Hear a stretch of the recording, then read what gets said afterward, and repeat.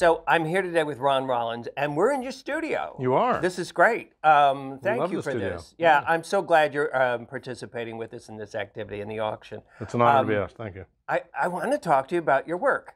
So, first of all, do either of these pieces have a title? They don't, and there is a reason for that. Yeah. When I first started out, I will occasionally title pieces if it's required for an exhibition. Sure. Because sometimes they want something that's thematic, right? I tend not to title them, though, because I found after a long time that it affected the way people responded to the piece. By that I mean there's so much gesture and so many different pieces and parts in something like this. Like, if you look at this and you think, oh, it's a stegosaurus, well, then it's a stegosaurus, and that's great. That's how you like it. If you look at it and you think that it's a ballet dancer, and I've named it Stegosaurus 3, you know, then it's not a ballet dancer to you. It affects how you perceive, and it also limits the fun that you have to find whatever in here that you want. And with these pieces, it's kind of like looking at clouds, you know. It's like, oh, well, there's Grover Cleveland. It's like, well, no, it's not. It's just a cloud, but, you know, it reminds you of Grover Cleveland. Yeah. And so I like people to be able to look and study and see what they want to see in the pieces. And if I title them, that skinnies that ability down, and it affects the way I think people can enjoy the piece. So I tend not to title them. Yeah, it's interesting. In this one here, the very first thing I noticed was the bird. Oh, I don't see a bird. And okay. I know, that's what's fascinating because I live in the woods, and so I relate to those things. Where and is so the bird? Right on the tip, Dennis sees the bird. Look at it, he's going right at it. Okay. But I mean, I was like, oh, that's interesting. So this morning, because I literally live in the woods, and so the first thing I saw was that bird. Well, see, that's to my point. If I'd named it something like, you know, ocean waves or something like that, you would have felt like you're not allowed to see the bird. But I want you to see the bird, so that's good. Also, too, titling them would be kind of artificial because I mean, I don't have an idea in mind when I start them beyond selecting color and being in a particular mood. I'm very much affected by the music that's going on in the studio at the time.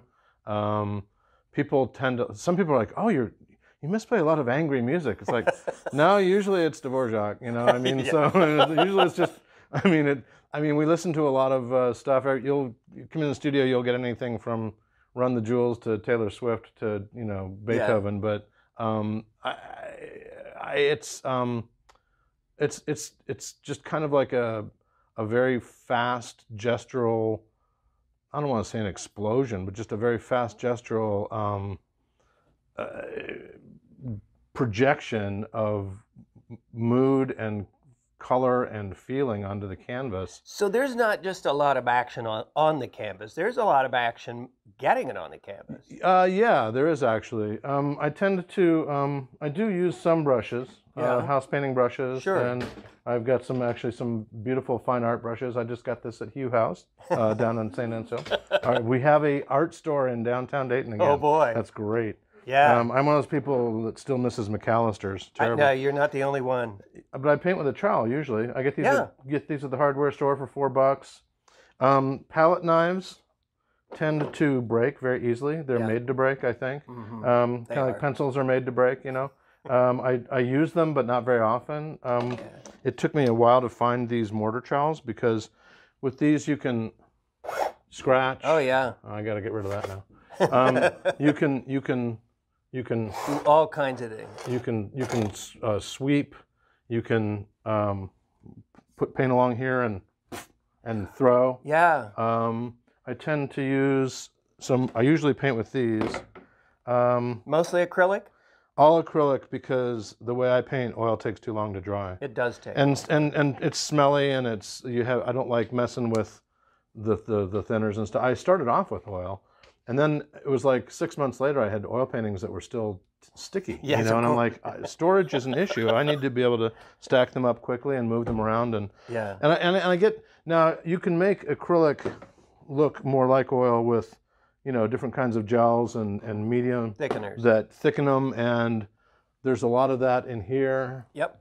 There's a lot of that in here. So it'll give you the kind of that buttery, raised texture. If you don't want that, you can not do that and then just put a lot of water. Yeah. And as much as I want to sometimes get a spreading effect, you don't want to be working with turpentine and stuff on something like this. You want to be able to use water because you're kind of like, yes, about gesture, you're going to be able to move it around and shake it and get the paint to do things. Do you ever work with ink? No, I haven't. In fact, I signed up for a Dayton Society of Artists workshop, actually, that's coming up that Mikey Huber is doing soon on alcohol inks because I'm intrigued. Mm-hmm. I think I would enjoy it, but I haven't yet. Acrylic is really simple and it's very forgiving. It is. And you can also paint over it. This is painted on top of an old painting I didn't like. That I guess if you X-rayed it, you could find something else. Find something. That's part of the old painting under there. There's part of it. If I get sick of something or I don't like it, or if I think it fails, and a lot of times I do think it fails, I'll just gesso over it and reuse the canvas. Yeah.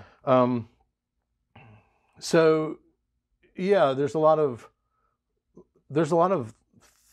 thinking that goes into it more than time, because I mean the painting itself happens very quickly. I mean the painting here. I mean I spent a lot of time thinking about what I wanted my hand to do. But it didn't take very long for my hand to do it, like maybe 10 or 12 minutes, you know, because, and I don't want to make it sound like, well, yeah, if it only takes 10 minutes, well then, that's not the point. The idea is like, you have to know when to quit, and if you spend more time on something like this, it's going to turn into mud, you know. Now, I mean, I read a lot about, I'm clearly inspired by, and I'm unapologetically inspired by the abstract expressionists from like the 40s, 50s, 60s, you know, Hans Hofmann, Franz Klein, Robert Motherwell, those guys, Pollock, Helen Frankenthaler, Joan Mitchell is my favorite. Joan Mitchell and Franz Klein, probably my favorites. But, and I have a whole series of Franz Kleiny heavy black lines. Sort of an homage. Yeah, yeah, there's one over there. Yeah. But if you read about those artists, especially Klein, he would spend years on a painting, and you would have to. And I wish if I could time travel back and watch over somebody's shoulder, I would want to see how he did that. Like, did he just sketch something in and then put that aside and then come back to it 6 months later? And then, you know, and so maybe, I don't know, did he paint it? With him, he did a lot of overpainting. You could see on his works where he will come in with white and he'll cover up those heavy black lines and he'll get a new composition out of the lines he put down. And I don't do that. I tend to find that if I go back in and overpaint, I really suddenly start to, my teeth itch. I feel like I don't know what I'm doing and I'm out of my element. I kind of wish it's something I could teach myself to do. And maybe that is something I will someday, but it's something I don't feel comfortable doing. So this all happens very quickly. What takes a time is for me to think about it, decide what colors I'm going to use, think about what colors I've recently used. These are both brand new. This is actually just a few days old. This is about 2 weeks old. I didn't like this one at first because I'm glad you guys do, because this went down last. I ended up just kind of sort of meandering around with, you know, these different lines, and I liked pieces of it. I want to make sure this doesn't fall. I liked this. Yeah. That turned out really well, and that's just basically throwing the paint off the trowel. I liked, this is my hand actually. This is the trowel here. I liked what was going on here. I liked this. This had some water here, and I knew that that was going to turn out to be something like that I liked. But there didn't have a center to it. Your eye was just kind of wandering around and it didn't have a place to stop. With this, the composition kind of creates its own visual. Your eye does this, and you're happy, okay?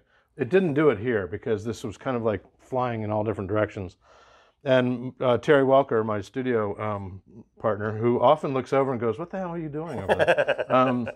Yeah, I called him over. I said, Terry, the pieces are good, but there's not a hole here. He says, you got to have something punchy that pulls you into the center. A star. Like a star, like a black hole. Yeah. And we agreed that, and Terry's a good designer. This was the part of the painting that had the least going on in it that I felt like I would mind covering up. And I don't get attached to anything. I mean, I'll cover anything up. I really don't care. But this was where I didn't want to ruin this stuff, and I liked this, and I knew I wanted to keep this. But this was where, and I tended to, when I get that center, I tend to have it in the lower left quadrant of the painting anyway. So that was where we went. And basically, I just took a whole bunch of black paint and mixed it up loose and poured it on there. And then took the, it was this one actually, it's still got black. The trial. And basically and I paint flat too. So I'm painting over on because you can't do this on, it has to be flat. Right. And basically just smacked the hell out of it while it was wet, and it exploded like that. And it gave me these neat things like this. It gave me all this. Now, I've learned a lot about how to make paint do what I want it to do, but still, even with that kind of a gesture, you're taking some chances. You can also completely ruin the painting by doing that. Or it might work out really well and you're happy. And I realized that I wanted some bullet holes in it. So I dripped, I did the dripping on the black here, and that's just out of a condiment bottle. Yeah, that's great. And then I dripped some white paint here. Now this was still wet enough that I wasn't sure how this would dry, but it turned out that I liked it. So again, if I'd gone back into it the next day, I wouldn't know what to even do with it. So thanks to Terry, he saved the painting. Terry to the rescue. Terry to the rescue. Yeah. Ron, this is great. Thanks. Thank you so much. It's a lot of fun. I'm so glad you're part of this auction this year. We really appreciate it. It's an honor to be asked. Absolutely. Thank you. Absolutely.